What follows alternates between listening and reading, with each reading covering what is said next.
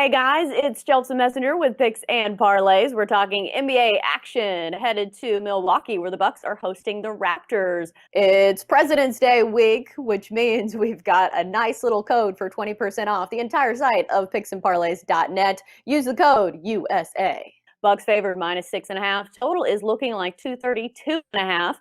Bucks 16-12 on the year, 13-15 against the number. Meanwhile, Toronto 13-15, 12-16 against the spread. These teams just played each other, with the Raptors winning that one, 124-113, a 6-point underdogs, with that one going over the total. We've got Craig joining us to break this one all down for us. Craig, you see anything different in the second time around? Well, I can't see that Toronto's going to win by 11. Let's just say that. Toronto might win, with the banged up Kyle Lowry, nevertheless, would be super impressive. They did it back to back with a day in between. But I just don't think it's going to happen. I think Milwaukee Bucks, my better play is going to be on the total. But if I was going to play the side, I'd play Milwaukee in a bounce back. At home, they've been pretty good this year. Most of their problems had been on the road, but now that makes it four straight losses and four straight losses against the spread. And talking about a Milwaukee team that didn't lose more than 6 games until after the All-Star break last year. So it's definitely a different year from Milwaukee, but I think they bounced back in this spot as far as against the spread number. I would probably lean towards this over, though, because the first one went over. I think this one goes over. 4 of the last 5 games for the Bucks has gone over. 5 of the last 6 for the Raptors has gone over.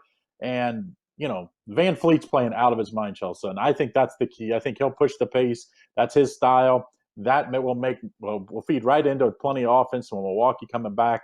Let's take the over here, and don't worry about if Raptors are going to come back and win against the spread and a bounce back. Let's just take the total on Thursday night. Yeah, Van Vliet had a sweatshirt that said parlay on it, which I think it might be something to do with French, but I'm going to take it as a betting angle, and I love that. Milwaukee's defense has not been the stalwart that it has been in the past couple of seasons.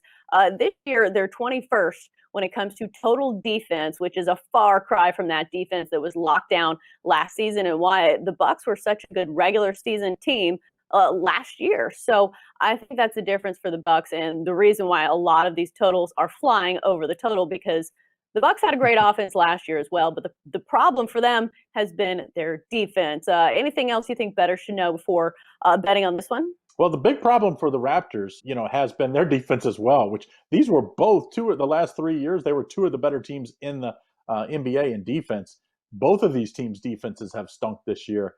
And, I don't think a whole lot is going to change here. I think this one, in the back-to-back spot with a day in between goes over. Yeah, and last time out, the Raptors had 17 threes, and the Bucks making 14. So a lot of three-pointers in that game. If you're talking about defense, nobody's defending from the three-point line, it looks like. That's going to do it for NBA talk here on Picks and Parlays. Great stuff from Craig Trapp. As always, Craig, thanks for joining us.